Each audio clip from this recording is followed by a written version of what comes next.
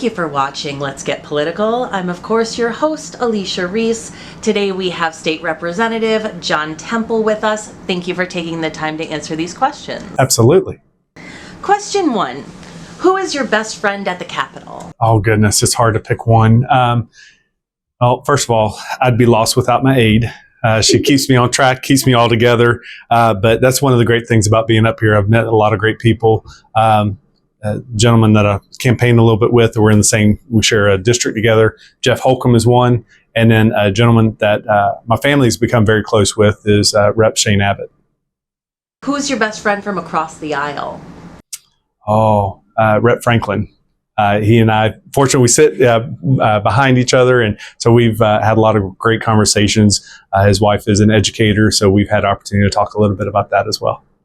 What do you do when you aren't in Tallahassee, and when you are in Tallahassee but not at the Capitol? Okay. So I'll take the easy one first, the second one. What do I do when I'm not working up here? I'm getting my work done from home or resting, reading documents back at home, trying to get ready for the next day. When I'm back at home, I work at Lake Sumter State College over workforce education, which is a big passion of mine. Education has always been something I've been involved with. And so I had the opportunity last year to move to Lake Sumter. And so I've been working there, developing new programs, meeting the needs of our community, trying to provide short-term and long-term education needs to be able to promote themselves. What's your favorite bill that you put forth last year? Oh boy, last year. So as I mentioned, education's in my wheelhouse, my background.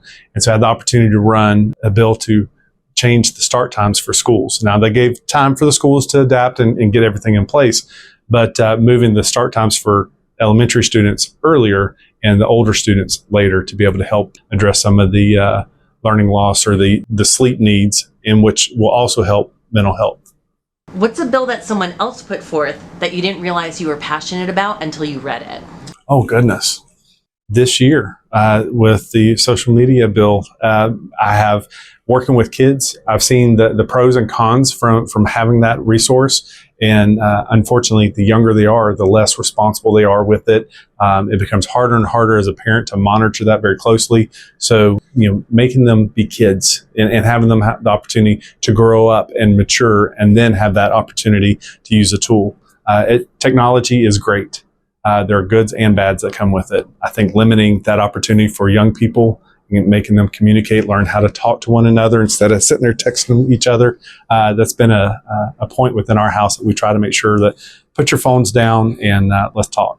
At the end of the day, kids are mean because they don't know how to communicate. They don't know how to express their feelings. And I have personally seen it in my house, but also within the school, that they just don't know how to articulate the ideas that they're trying to get out. And so it's definitely a tough topic. I know not everybody is in favor of it, but I do think it will have a positive impact on our young people. Do you live in your district? I absolutely do. I've lived there since 1981. You're running for re-election. Yes. Sum up your campaign in one word. People. All about the people. I've lived in that community for a long time. That's why I ran. I wanted somebody from our community to represent our community. And I've worked hard over the years to have a positive impact. And so this is just at a different level, at a state level. If you win re-election, how do you realistically see Florida in the next 2 years?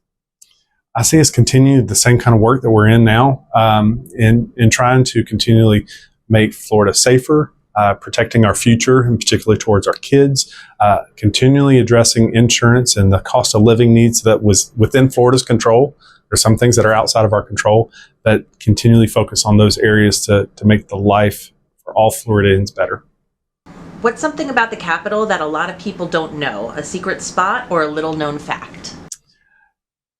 There are a lot of really good small restaurants around here to eat. And so when we plan our vacations, we tend to find the places to eat, and then we plan our day around that. And so coming up here, there's a lot of, mom and pop type shops, not chains, and nothing wrong with chains, but, looking for that something different when you come up here. So there's a lot of opportunity to find that unique food. What's a misconception people have about your job? Oh, that it's part-time.